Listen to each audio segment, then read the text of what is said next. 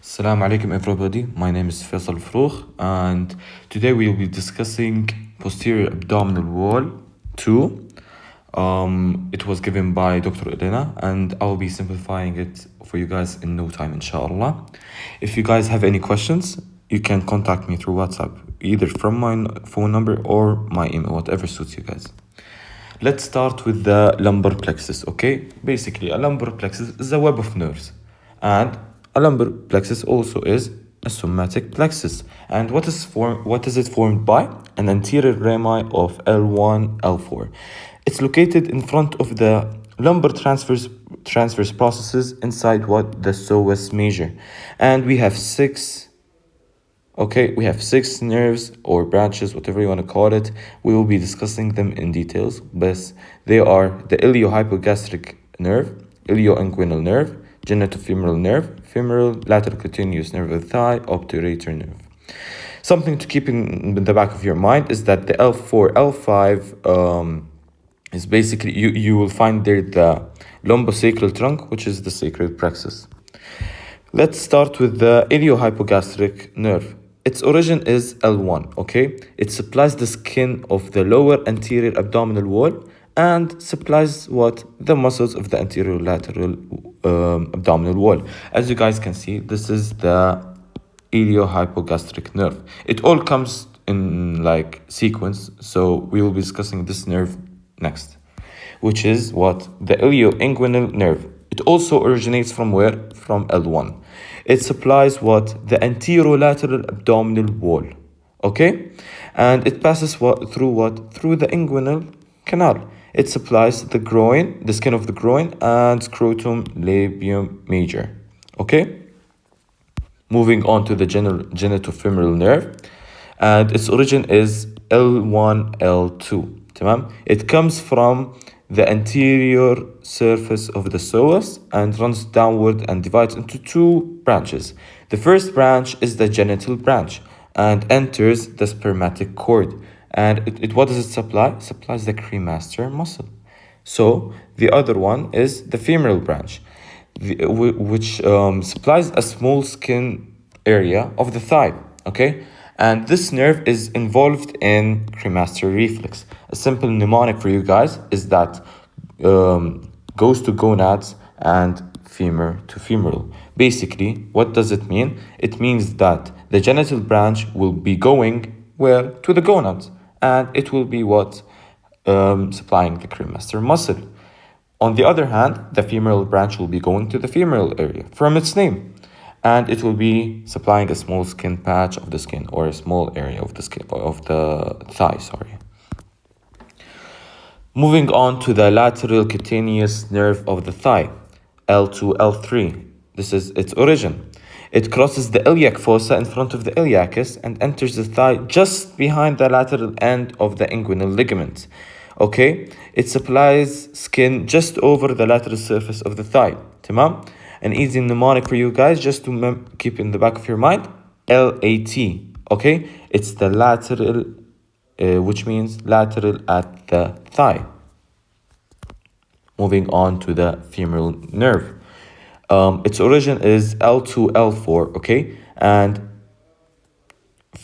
it's the largest branch of the lumbar plexus, okay? In the abdomen, what does it supply? The iliacus. And in the thigh, what does it supply? The anterior compartment, aka the flexors, and the anterior surface of the skin. As you guys can see, it's from the naked eye, you guys can see that it's the largest branch compared to the other nerves. Moving on to the obturator nerve, which is the last nerve. Its origin is also L2, L4. Just keep in mind that the femoral nerve and the obturator nerve, its origin both are L2, L4. Okay? And it emerges from where? From the medial border of the psoas. Okay? And it leaves the pelvis through the obturator canal.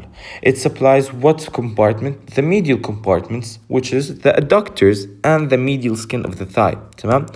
Simple mnemonic for you guys is the OBT means adduct. Tamam? OBT, obturator, brings the what? The thighs together. Moving on to the second part of the lecture, which is the lymph vessels and nodes of the posterior abdominal wall. Regional lymph nodes, okay, we have two parts. We have the lumbar and the mesenteric lymph nodes, okay? So basically, left lumbar, it means, another name for it is the left para-aortic lymph nodes. Right lumbar, another name for it, right para-aortic lymph nodes.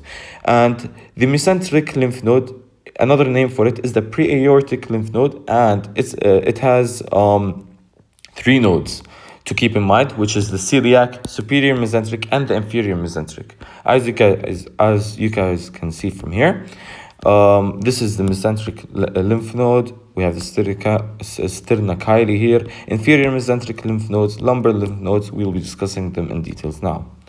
Moving, focusing on what the lumbar lymph nodes. It collects lymph from where? From the posterior abdominal wall and pelvic organs and the lower limbs.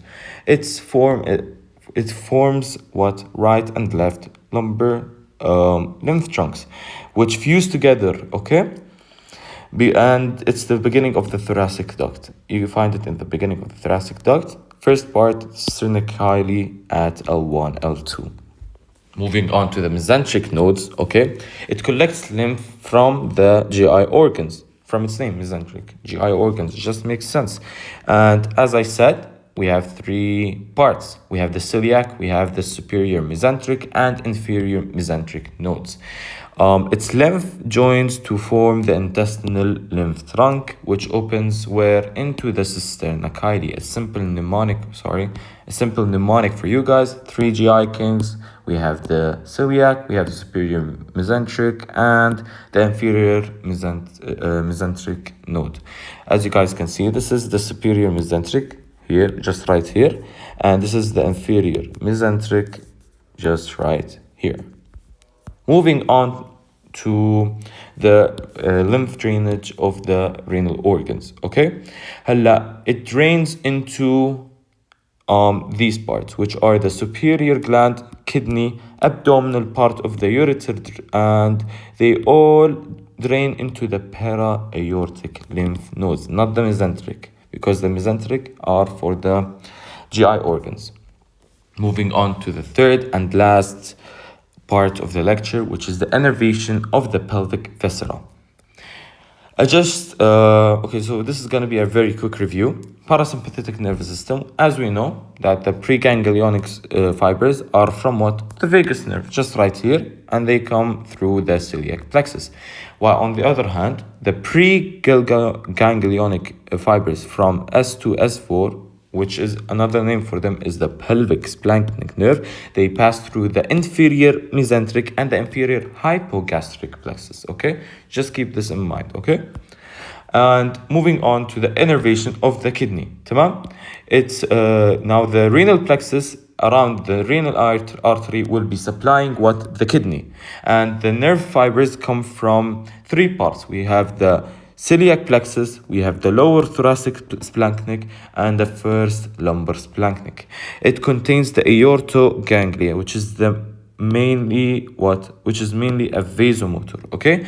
Vagus parasympathetic fibers, synapse, and terminal ganglia. Moving on to the innervation of the bladder. We have two parts. We have the sympathetic and parasympathetic.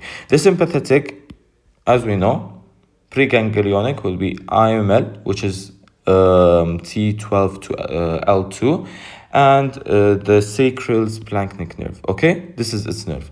Postganglionic is the inferior hypogastric nerve. Parasympathetic, we have two parts, the preganglionic, postganglionic. Preganglionic, it's basically supplying the S2, S4, which is also the pelvic splanchnic nerve, and postganglionic terminal ganglia. Moving on to the innervation of the ureter. The ureter has a ureteric plexus in its adventitia. It makes sense. And its upper 2/3 innervation, its innervation is for the kidney, lower 1/3 bladder, okay? Plexus is formed from what? Multiple nerve roots and plexuses. Okay, so this is a simple mnemonic for you guys. Kidney is for the upper, bladder, bottom. Just think just think of it that way, that the kidney will be always in the upper portion, like supplying the upper portion, bladder the bottom portion. So kidney, upper 2/3, bladder, bottom 1/3, okay? We'll be moving on now to a quiz, so please get ready. So this is the first question.